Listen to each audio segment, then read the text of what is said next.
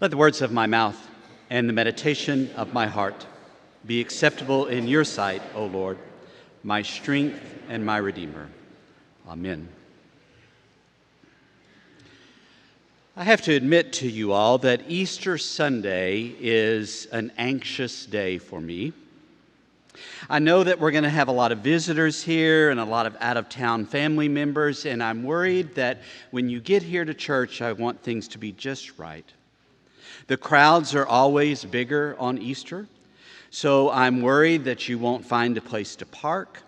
I'm worried that you might not find a place to park and just drive on by to someplace else or to brunch somewhere, or maybe you found a place to park and you get here into the sanctuary and you can't find any place to sit. So I worry about all those things. And I know that all of you are here for different reasons. I know that some of you are here because you're always here. I mean, that's what you do on Sunday. You come to church. I suspect that some of you are here because even though most Sundays you're usually here, today's Easter.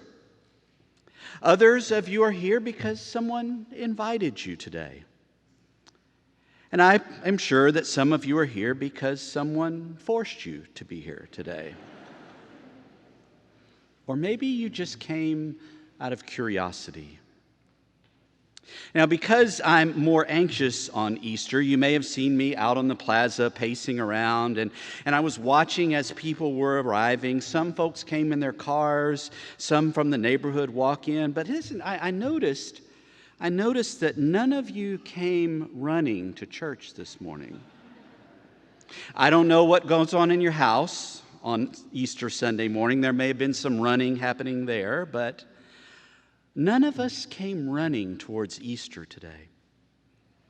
Tom Long, who's a preaching professor at Candler University, writes that that's a curious thing that no one was running today, because in the Gospel of John that Melinda read from, there seems to be a lot of running around on that first Easter morning.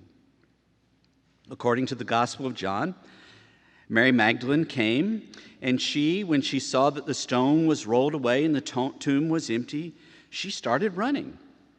It wasn't that she believed in the resurrection at that point. That's going to come a little bit later.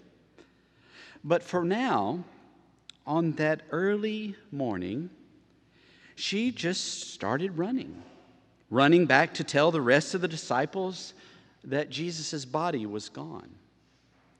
And on her run back to town, she meets Peter and the beloved disciple, who most of us agree is John. And I'm sure that it was partly her grief that was why she was running.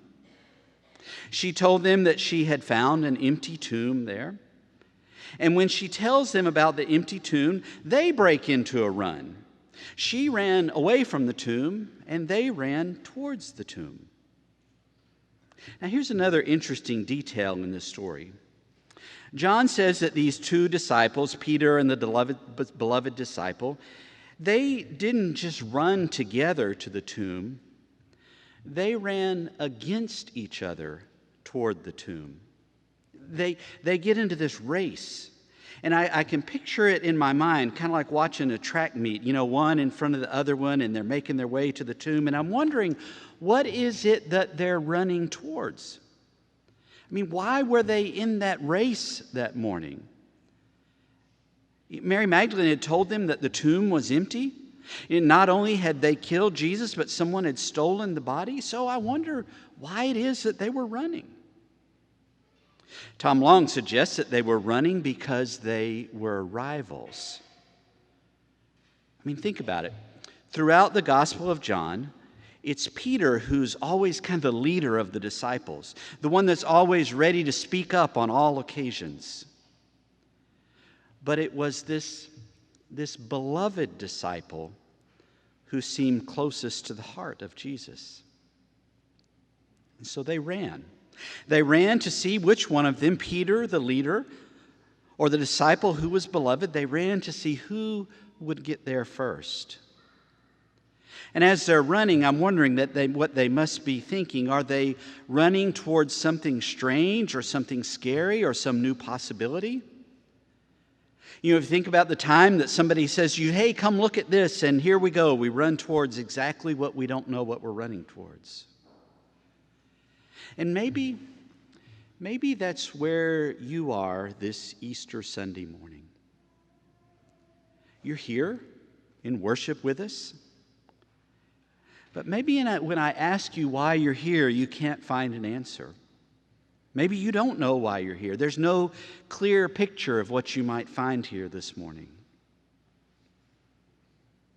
I think that John says these two running disciples came to Jesus' tomb just like that, not knowing. They were running towards something strange that they somehow knew might change their lives, that might change the world. The Gospel of John tells us that the beloved disciple outran Peter, won the race, got there first. That may not seem like a big deal, but John thinks it's important to mention that. But it's interesting that this beloved disciple got there first. Not only that, John tells us that he was the first one to look into the empty tomb and believe. The beloved disciple was the first to believe in Easter.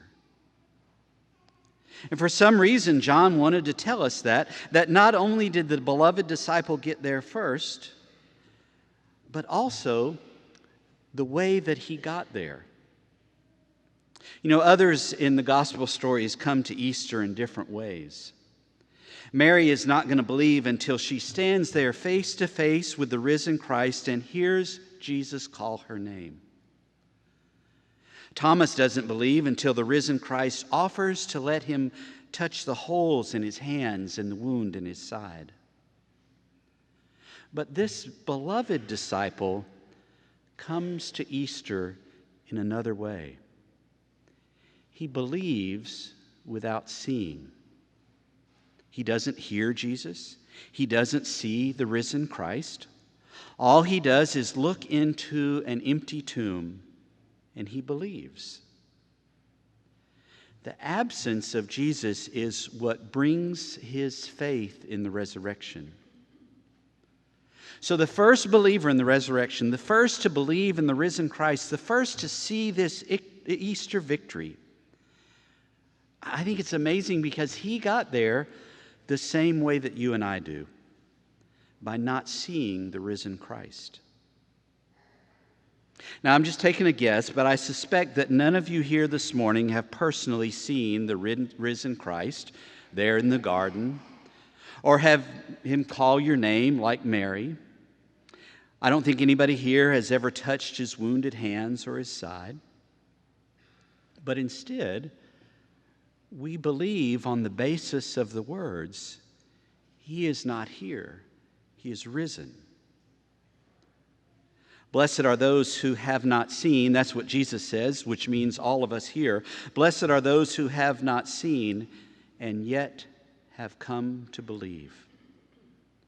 That's the hope that Easter brings. Even though we have not seen, we believe.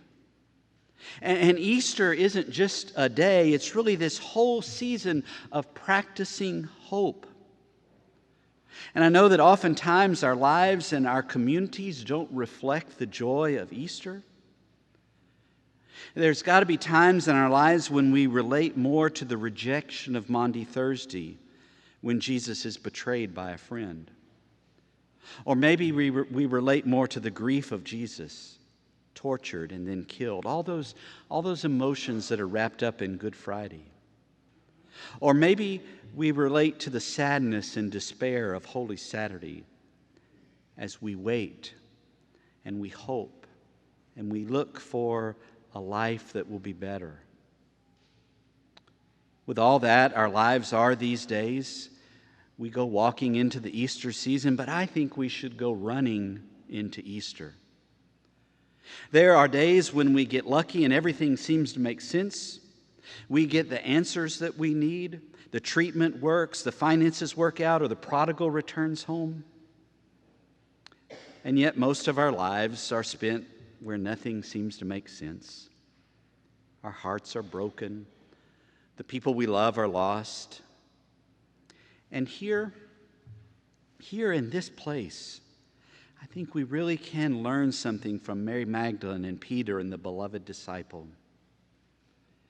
That as we search for signs of Jesus, as we search for signs of hope, sometimes still in the dark, we do that together in the hope of our community.